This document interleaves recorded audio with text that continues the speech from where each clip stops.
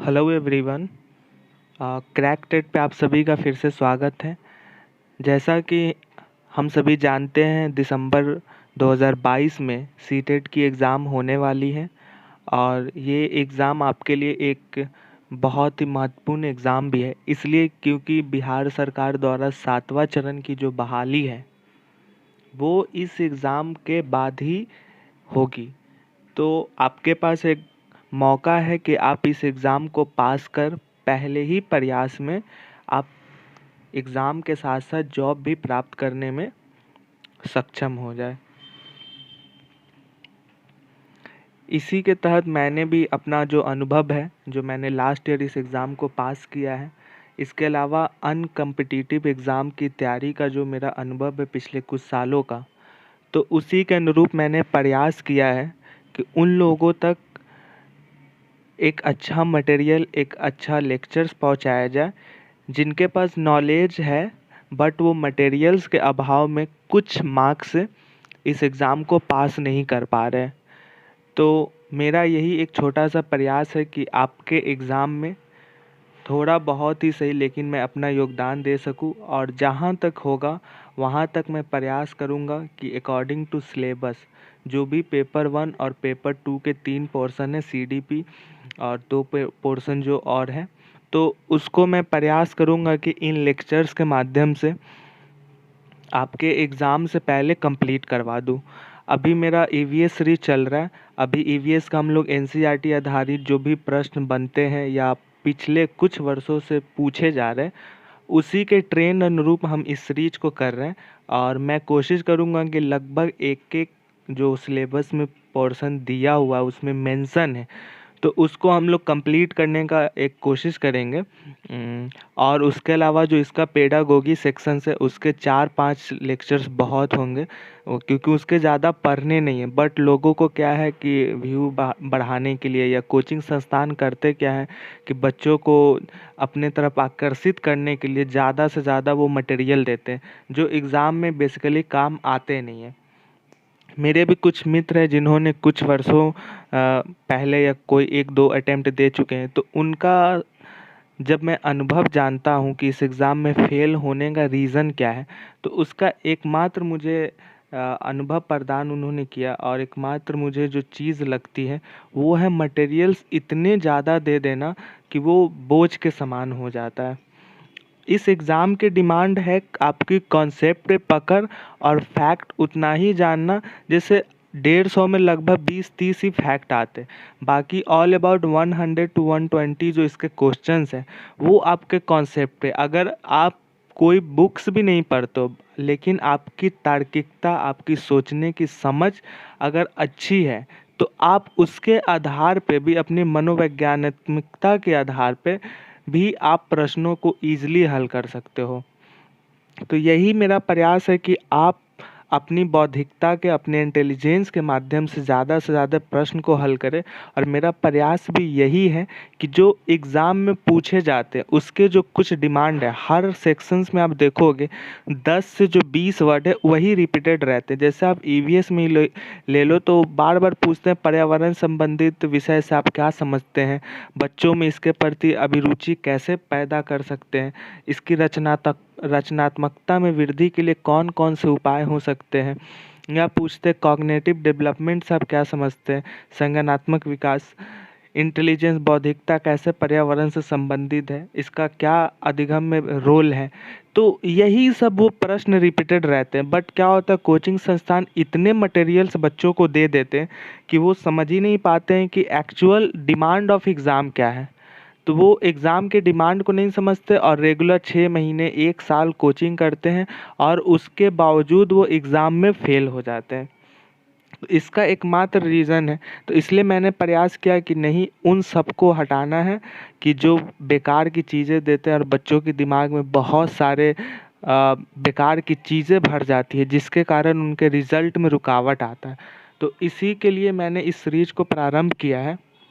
और आपने पिछले 2 लेक्चर्स को भी देखा है, तो हमने उतनी ही चीज़ों को समझा है जो एग्ज़ाम में काम आएँगे। और मैंने ये भी प्रयास किया है कि जो फैक्ट है उसका एक बैकग्राउंड के माध्यम से आपके सामने रखूँ। अभी मेरे पास लैपटॉप वगैरह नहीं है, नहीं तो मैं वीडियो क्लासेस भी लेता बोर्ड पे, बट मैं नहीं ले सकता क्योंकि उसके पास मेरे पास अभी संसाधन है नहीं। तो इसी कारण से मैं इसको वीडियो रिकॉर्डिंग के माध्यम से कर रहा हूँ। तो आप प्रयास करें कि आप चीज़ों को समझें कि एक्चुअल होता क्या है, चीज़ें होती क्या है। अगर एग्ज़ाम हॉल में आपको फैक्ट नहीं भी याद है, उसके भी आधार पे आप चीज़ों को बना सकते हैं। तो इसी के माध्यम से मैंने इस सीरीज को स्टार्ट किया। तो अभी तक हमने 2 लेक्चर्स को देखा है, आश्रय और यात्रा, और दोनों को हमने बहुत अच्छे से समझा है। आज हम लोग इसी सीरीज का तीसरा वीडियो देख रहे हैं, भोजन से संबंधित, और इससे भी 1 से 2 प्रश्न हर वर्ष आते हैं। ठीक है, तो समझने का हम लोग प्रयास करेंगे कि एक्चुअल भोजन का क्या है रोल इस एग्ज़ाम में, और पर्यावरण में किस प्रकार से प्रश्न पूछे जाते हैं। विगत वर्षों के अगर आप प्रीवियस ईयर क्वेश्चंस के आप बनाते हो तो आपको एक आइडिया होगा, ओवरव्यू, कि एक्चुअल कौन से प्रश्न पूछे जा रहे हैं और कौन कौन सी फालतू की चीज़ें हम पढ़ रहे हैं। ठीक है, तो पहला है भोजन। भोजन कहते किसे?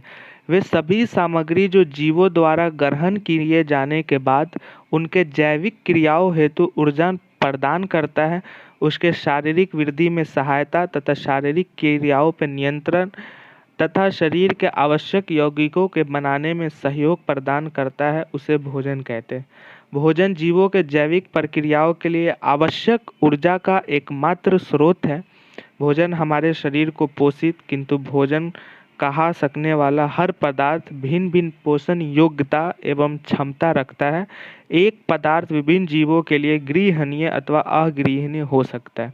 तो बेसिकली देखो, भोजन जो होता है वो क्या करता है कि हमारे शरीर को, हमारे शरीर की संरचनाओं के विकास में, हमारी शरीर की वृद्धि में ये एक ऊर्जा देता है, और ऊर्जा के माध्यम से हमारे जो शारीरिक जो क्रियाएं हैं उसे संचारित करता है।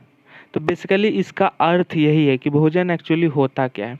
वो चाहे जीव हो या फिर मनुष्य हो या कोई भी प्राणी हो, तो भोजन के लिए यही 3 संगठक काम करते हैं भोजन उसके विकास के लिए। ठीक है, खाद्य पदार्थ अथवा भोजन के स्रोतों के आधार पर 2 वर्गों में विभाजित किया जा सकता है।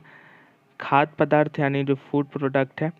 खाद्य पादप उत्पाद, जिन खाद्य पदार्थों के लिए मनुष्य पेड़ पौधे पर निर्भर करता है, पादप उत्पाद कहलाते हैं, जैसे फल, सब्जियां, अनाज, मसाले, पेय पदार्थ आदि। तो वो एग्जाम में यहाँ से प्रश्न क्या पूछ सकते हैं, वो डायरेक्टली पूछेंगे कि निम्नलिखित में से कौन से पादप उत्पाद हैं।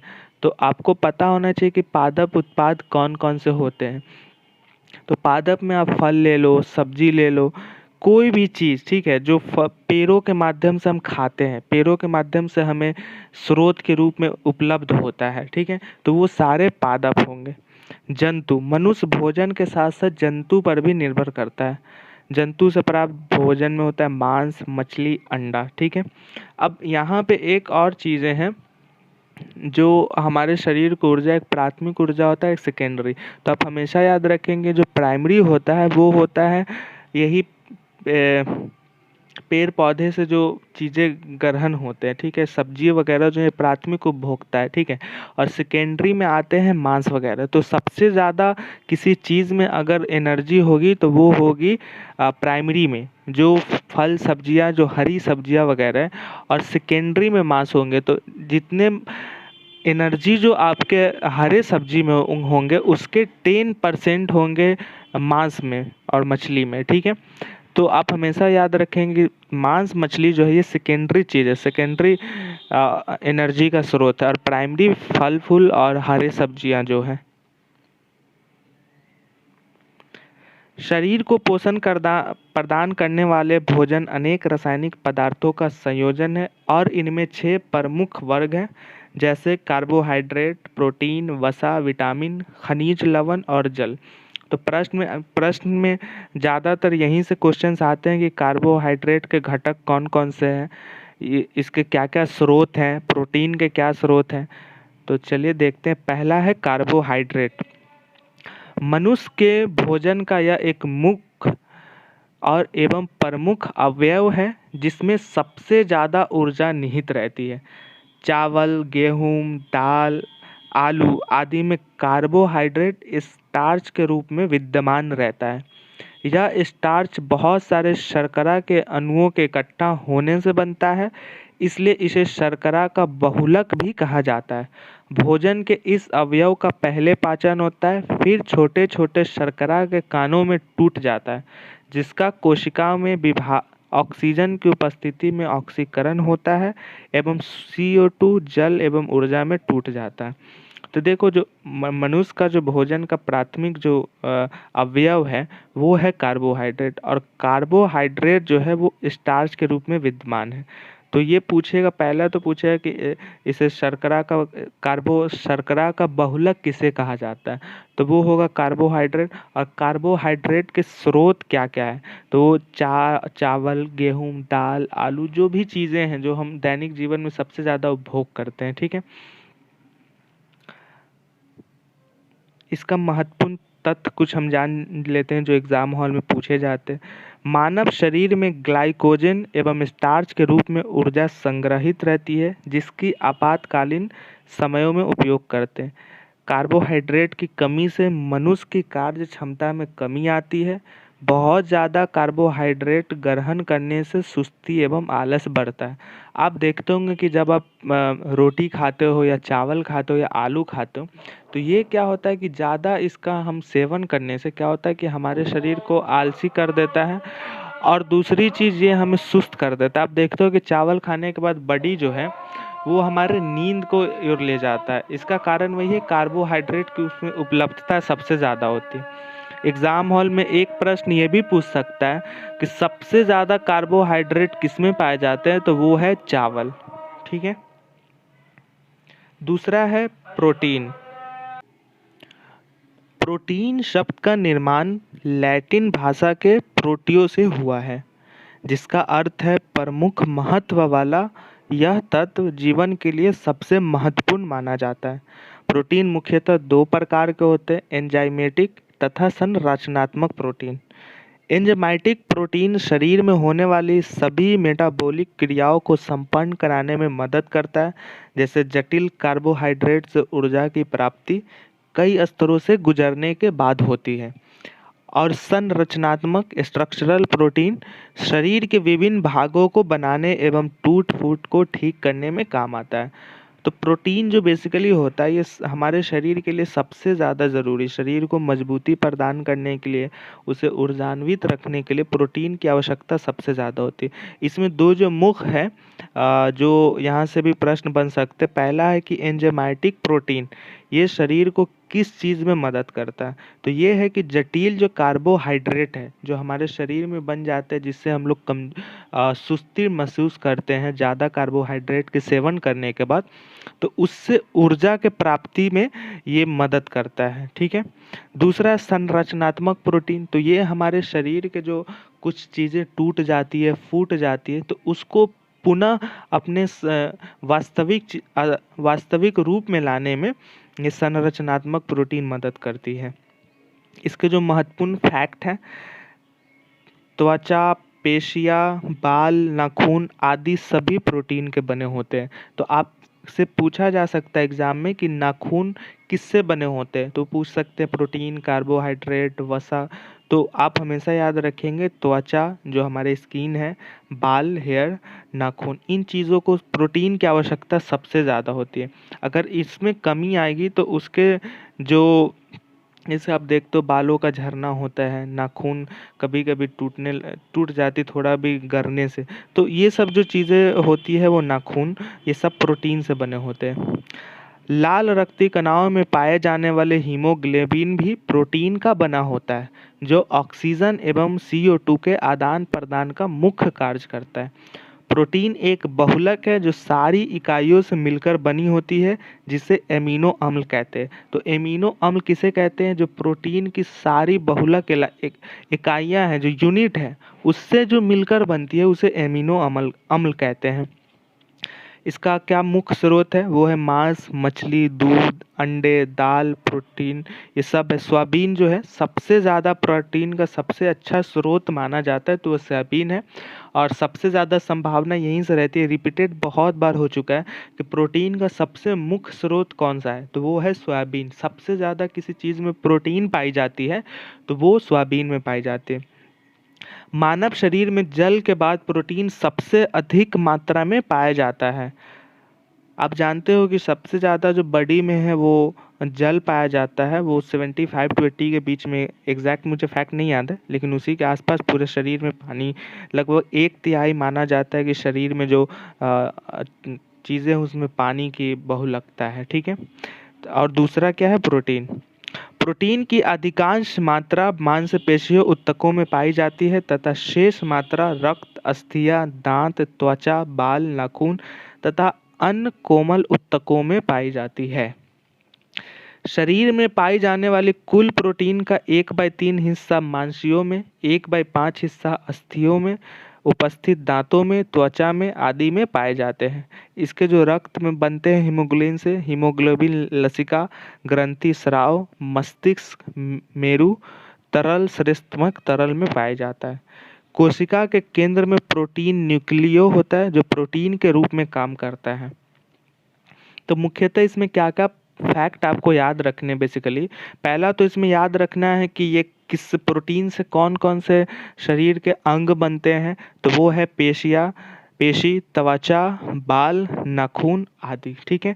दूसरे इसमें प्रश्न पूछे जा सकते हैं कि इसके मुख्य स्रोत कौन कौन से हैं, तो आपको पता होना चाहिए मांस, मछली, दूध, अंडा, दाल प्रोटीन के मुख्य स्रोत हैं। और सबसे ज़्यादा किस में पाई जाती है प्रोटीन, तो वो है सोयाबीन में, ठीक है। और एक यहाँ से एक और प्रश्न बन सकता है कि मानव शरीर में सबसे ज़्यादा जल है और जल के बाद कौन सी चीज़ें पाई जाती है, तो वो प्रोटीन है। या ये भी पूछ सकता है कि द्वितीय मानव शरीर में पाए जाने वाला कौन सी चीज़ है, तो वो पूछ सकता है आपका प्रोटीन। तो यहाँ से ये 4-5 प्रोटीन से तत्व पूछे जा सकते हैं। और दूसरा इसमें इम्पोर्टेंट है कि इसके कार्य क्या है, तो कार्य उपचायक की क्रिया को संपन्न करता है, शारीरिक अवयवों के निर्माण में भूमिका करता है, शरीर में होने वाली टूट फूट की मरम्मत करता है, मृत कोशिकाओं एवं ऊतकों को बदलता है, शरीर में वृद्धि करता है। तो अभी हमने देखा कि कैसे संरचनात्मक जो प्रोटीन है वो शरीर की टूटी फूटी चीज़ों को जोड़ता है और उसको वास्तविक रूपरेखा प्रदान करता है। इसका क्या काम है? शरीर को जैसे लंबाई वगैरह बढ़ना या स्वस्थ होना, ये सब प्रोटीन की बहुलकता का ही एक उदाहरण है, ठीक है। तीसरा इसका इम्पोर्टेंट है वसा, फैट्स के क्या काम है, क्या तथ्य है, इसके क्या क्या क्या स्रोत है फैट के, तो वो हम लोग देखेंगे। पहले जान लेते हैं कि फैट एक्चुअली होता है क्या, वसा कहते किसे। कार्बोहाइड्रेट व प्रोटीन की भांति ही वसा भी भोजन की आवश्यक पोषक तत्व है। वसा भोज्य पदार्थों में पाए जाने वाली वह चिकनाई है जिसके लिए हमें जंतु व वनस्पतियों दोनों पर निर्भर रहना पड़ता है। जंतुओं के शरीर में चर्बी के रूप में तथा वनस्पति पदार्थ जैसे अनाज, बिजली, फल में तेल के रूप में पाई जाती है। तो वसा कैसे पाई जाती है? पहला तो है, अगर आप शरीर जो जानवर होते हैं उसके आप चर्बी को अगर आप गलाते हो तो वो भी एक तेल पदार्थ के रूप में आता है। जो मांसाहारी है उन्हें पता है कि जो मांस होते हैं वो किसी भी जंतु के मांस हो तो उसके जो चर्बी होते हैं, चर्बी गलाने के बाद उसको तेल पदार्थ के रूप में उसका उपयोग बाद में भी लोग करते हैं। और दूसरा क्या है, इसके जो अनाज वगैरह जैसे सरसों का हो गया, तिल का हो गया, सनफ्लावर का हो गया, इसके जो तेल वगैरह है उसमें मुख्य रूप से वसा पाए जाते हैं, ठीक है। वसा शरीर में ऊर्जा प्रदान करने वाला महत्वपूर्ण स्रोत है। इनका ऊर्जा मूल्य कार्बोहाइड्रेट में 2 गुने से भी अधिक होता है। प्रायः कार्बोहाइड्रेट की अपेक्षा वसा दुगनी मात्रा से भी अधिक ऊर्जा उत्पादित करती है।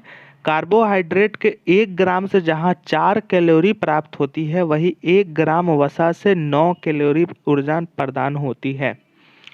तो देखो एक तो हमने जाना कि वसा कहाँ कहाँ से हम पाते हैं, जंतु और वनस्पति से किन माध्यमों से पाते हैं। और दूसरा यहाँ पे फैक्ट है, ये बेसिकली पूछा नहीं जाता है सीटेट वगैरह में, लेकिन अन्य एग्जाम में पूछे जाते हैं, हाईली एग्जाम में पूछे जाते हैं, हायर एग्जामिनेशन में। तो एक यहाँ पे हो सकता है कि पूछ दे कि कार्बोहाइड्रेट से कितना कैलोरी ऊर्जा प्राप्त होता है। तो 1 ग्राम कार्बोहाइड्रेट से 4 कैलोरी ऊर्जा प्राप्त होता है, और 1 ग्राम वसा से 9 कैलोरी ऊर्जा प्राप्त होता है। तो ये भी 2 फैक्ट आप इसमें याद रखेंगे। पहले हमने देखा किस किस से पाई जाती है, और दूसरा ये, तो 2 फैक्ट हुए आपके। अब इसका महत्वपूर्ण जो तथ्य है, इम्पॉर्टेंट फैक्ट, वसा एक कार्बनिक यौगिक है। वसा का संगठन C कार्बन, H हाइड्रोजन तथा O ऑक्सीजन तत्वों के रासायनिक संयोग से बना है।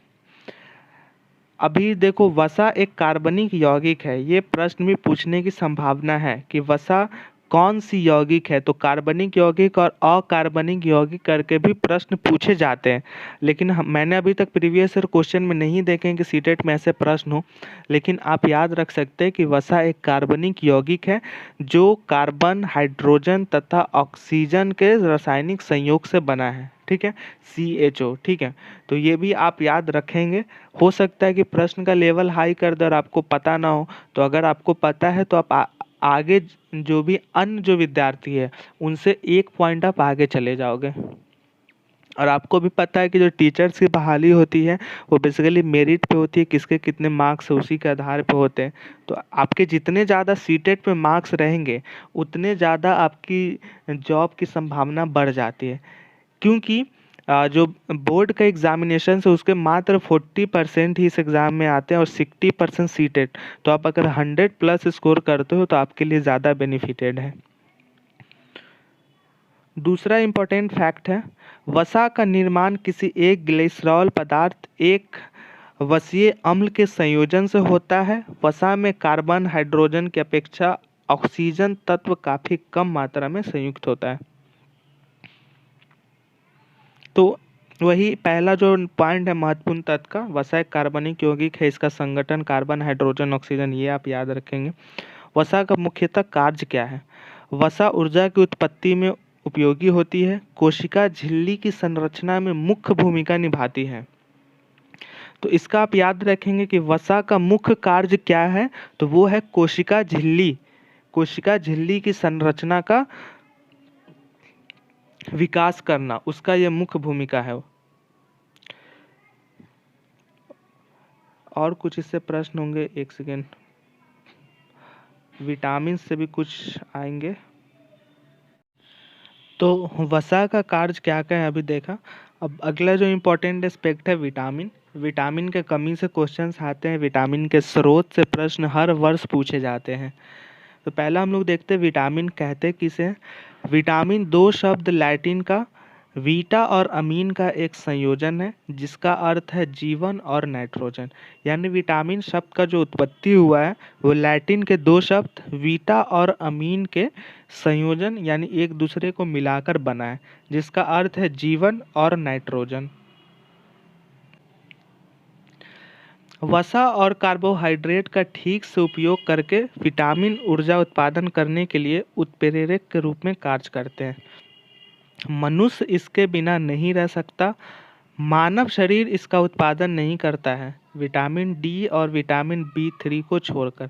यानी विटामिन डी और विटामिन B3 जो है ये नेचुरल चीज़ है, इसके अलावा जो भी है वो मानव शरीर किसी भी स्रोत के माध्यम से ग्रहण करता है। ठीक है, मनुष्य उन्हें विभिन्न स्रोतों जैसे भोजन, विटामिन कैप्सूल आदि के माध्यम से लेता है। अब हम लोग देखते हैं कि विटामिन क्या होता है। अभी हमने देखा विटामिन क्या होता है। विटामिन के कितने प्रकार हैं? विटामिन के 2 प्रकार है। पहला वसा में घुलनशील विटामिन जो वसा में घुल जाते हैं, और दूसरा पानी में घुलनशील। तो देखो, इससे एक प्रश्न आने की संभावना है कि पानी वसा में घुलनशील कौन कौन से विटामिन होते हैं, और दूसरा पानी में घुलनशील कौन कौन से विटामिन होते हैं। तो हम लोग दोनों को 2 पार्ट में देखेंगे। पहला वसा में घुलनशील विटामिन कौन कौन से हैं, और दूसरा पानी में घुलनशील विटामिन कौन कौन से हैं। तो पहला है वसा में विटामिन ए, इसका वैज्ञानिक नाम है पेड्रोडस, और इसका जो खाद्य पदार्थ है इसका स्रोत है दूध, मेवा, कद्दू, संतरा, हरी घासदार फलें, सब्जी आदि। देखो बेसिकली विटामिन ए का जो स्रोत है, जितने भी रेड फ्रूट है, एप्पल हो, गाजर हो, ये सब विटामिन ए के मुख्य स्रोत हैं, ठीक है। इसकी कमी से क्या क्या हो सकता है? रतौंधी हो सकते हैं और केराटोमलेशियन हो सकते हैं। तो आपको सबसे इम्पोर्टेंट याद रखना है कि विटामिन ए की कमी से रतौंधी होता है। विटामिन ए का वैज्ञानिक नाम है पैडोइडस। और विटामिन ए के जो खाद्य पदार्थ है, जो इसके स्रोत है, वो है दूध, मेवा, कद्दू आदि, ठीक है।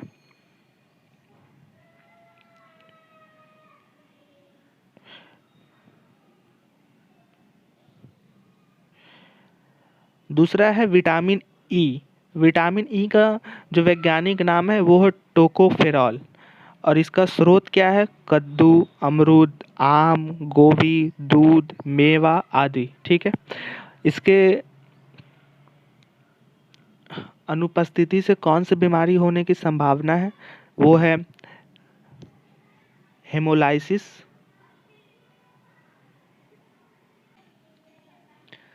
और इससे क्या हो सकता है? हार्ट का प्रॉब्लम हो सकते हैं, दिल की बीमारियां हो सकती है, बांझेपन हो सकता है, ठीक है।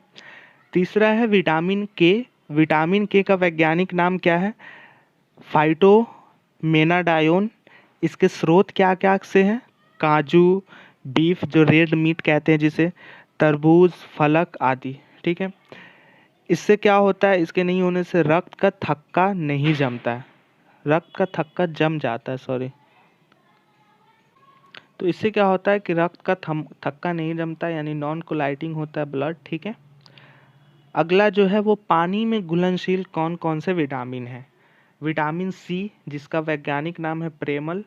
इसके खाद्य पदार्थ कौन कौन से स्रोत? शकरकंद, अनानास, फूलगोभी, केला, अमरूद, संतरा, ये सब जो है ये सब विटामिन सी के स्रोत है। और देखो विटामिन सी के कमी से होता है स्कर्वी। यहाँ पे ये जो रोग का जो लिखा हुआ है, ये यहाँ पे गलत ट्रांसलेट हो गया हुआ है। जिससे होता क्या है कि गूगल ट्रांसलेट कभी कभी बहुत सी अटपटा सा ट्रांसलेशन हो जाता है। तो विटामिन सी के कमी से स्कर्वी होता है, ठीक है। विटामिन बी 1, इसका वैज्ञानिक नाम है थायमीन। इसके स्रोत कौन कौन से? फूल, आलू, शकरकंद, मटर, काजू आदि जो है इसके मुख्य स्रोत हैं। और इसके कमी से क्या होता है? Beriberi. अगला है विटामिन बी 2। इसका वैज्ञानिक नाम क्या है? राइबोफ्लाविन। इसके स्रोत क्या क्या है?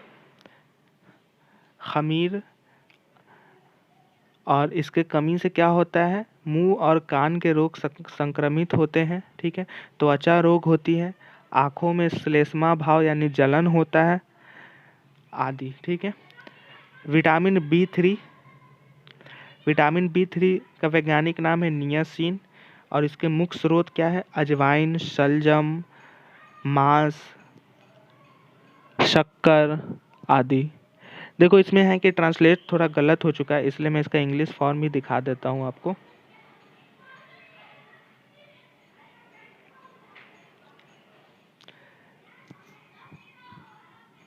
विटामिन बी 2, जिसके वैज्ञानिक नाम है राइबोफ्लेविन। और इसके मुख्य स्रोत है आलमंड, सोयाबीन, मशरूम, अंडे, गेहूं आदि। और इसके कमी से क्या क्या हो सकते हैं? क्रैक्स हो सकते हैं, फोटोफोबिया हो सकते हैं, ग्लॉस्टिक सब टंग हो सकते हैं, एंजाइटी हो सकते हैं, ठीक है। अगला है विटामिन बी 3। विटामिन बी 3 के कमी से क्या होगा? सॉरी, विटामिन बी 3 का नाम क्या है? वैज्ञानिक नाम नियासिन। और इसके कमी से क्या हो सकता है? पेलाग्रा बीमारी हो सकती है। और इसके मुख्य स्रोत हैं carrot, almond, salary, turnips, peaches और चिकन। इस अगला है विटामिन बी 5। इसका वैज्ञानिक नाम है पेस्टोएसिडिक। और इसके मुख्य स्रोत कौन कौन से हैं? शकरकंद, फूलगोभी, गेहूं, मीठा आलू। और इसके कमी से क्या हो सकता है? अपसंवेदन हो सकता है, ठीक है। विटामिन बी 6, इसका वैज्ञानिक नाम है खतामी। और इसके मुख्य स्रोत क्या है? पत्तेदार सब्जियां, हरी सब्जियां, सूरजमुखी, आलू, बीन्स आदि। और इसके कमी से क्या हो सकता है? खून की कमी हो सकती है। विटामिन B7, इसका वैज्ञानिक नाम है बायोटीन, और इसके मुख्य स्रोत है हरी पत्तेदार सब्जियां, साबुत अनाज वाली ब्रेड, फूल गोभी आदि। इसके कमी से क्या हो सकता है? जल्द की सूजन हो सकती है, जिसे इंग्लिश में डर्माटिस कहते हैं। अगला है विटामिन B9, इसका जो वैज्ञानिक नाम है फ्लोइक एसिड, और इसका मुख्य स्रोत कौन कौन से? हरे पत्तेदार सब्जियां, ब्रोकली, मटर, यही सब इसके स्रोत हैं। इसके कमी से क्या हो सकते हैं? मेगालोब्लास्टिक एनीमिया, यानी एनीमिया की बीमारी हो सकती है। विटामिन B12, इसका वैज्ञानिक नाम है कोबालमिन, और इसके मुख्य स्रोत कौन कौन से हैं? गढ़वाले अनाज, ट्रॉट समन, अंडा आदि।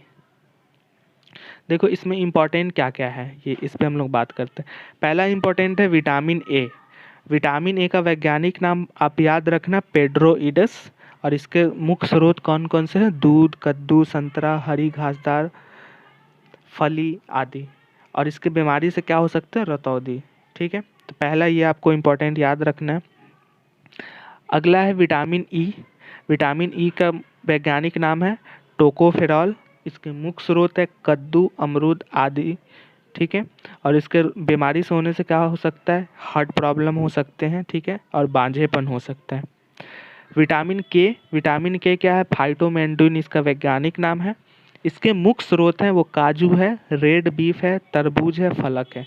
और इसके कमी से क्या हो सकता है कि जो ब्लड क्लॉटिंग है वो नहीं होगा। ठीक है, पानी में घुलनशील में आप याद रख सकते हो, पहला विटामिन B1, जिसका वैज्ञानिक नाम है थायमीन, और इसके मुख्य स्रोत है फल, आलू, शकरकंद, खजूर। ठीक है, और इसके नहीं होने से जो रोग उत्पन्न हो सकते हैं वो है बैराबेरी। विटामिन B2 का आप याद रखेंगे कि इसके स्रोत क्या है? तो इसके स्रोत है खमीर।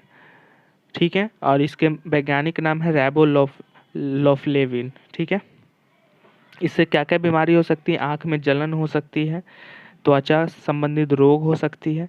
तो यही पॉइंट आपको याद रखने हैं। विटामिन B3, जिसका वैज्ञानिक नाम है नियासिन, और इसके मुख्य स्रोत है शलजम, मांस, मैगी नहीं होगा, जौ, गोभी, अंडा। अंडा नहीं है, जौ और गोभी। ठीक है, अगला इसका जो इम्पोर्टेंट याद रखना है, विटामिन B5 का वैज्ञानिक नेम है पेस्टोएसिडिक एसिड, और इसके मुख्य स्रोत क्या क्या है? शकरकंद, फूलगोभी आदि। विटामिन B6 का नाम है वैज्ञानिक खतामी, और इसके मुख्य स्रोत है हरी पत्तेदार सब्जियां, फूलगोभी आदि। ठीक है, विटामिन B7, इसका मुख्य स्रोत है हरी पत्तेदार सब्जियां, और इसके वैज्ञानिक नाम है बायोटीन। ठीक है, विटामिन B9 आपको याद रखना है, इसके वैज्ञानिक नाम है फॉलिक एसिड, और इसके मुख्य स्रोत है हरे पत्तेदार सब्जियां, मटर, बीन्स आदि। विटामिन B12, इसका वैज्ञानिक नाम है कोबालामिन, और इसके मुख्य स्रोत हैं अनाज, अंडा आदि। और इसके कमी से क्या हो सकता है? एनीमिया। तो ये आपको इम्पोर्टेंट फैक्ट जो है ये आपको याद रखने हैं। बस आपको चीज़ें समझनी है, अगर आप एक दो बार वीडियो देख लोगे तो आपको समझ में आ जाएगा। यहाँ पे थोड़ा ट्रांसलेशन प्रॉब्लम है, क्योंकि गूगल ट्रांसलेट आपको पता है अच्छे से हो नहीं पाती है। अब हम लोग कुछ खनिज की बात कर लेते हैं। आयोडीन।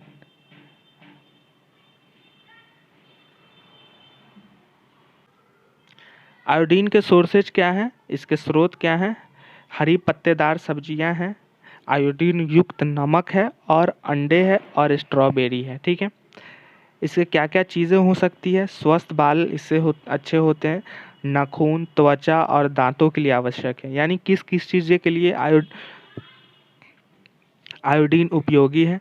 और इसके कमी से क्या हो सकता है? इसके कमी से विकास, शारीरिक जो विकास है वो बाधित होगा।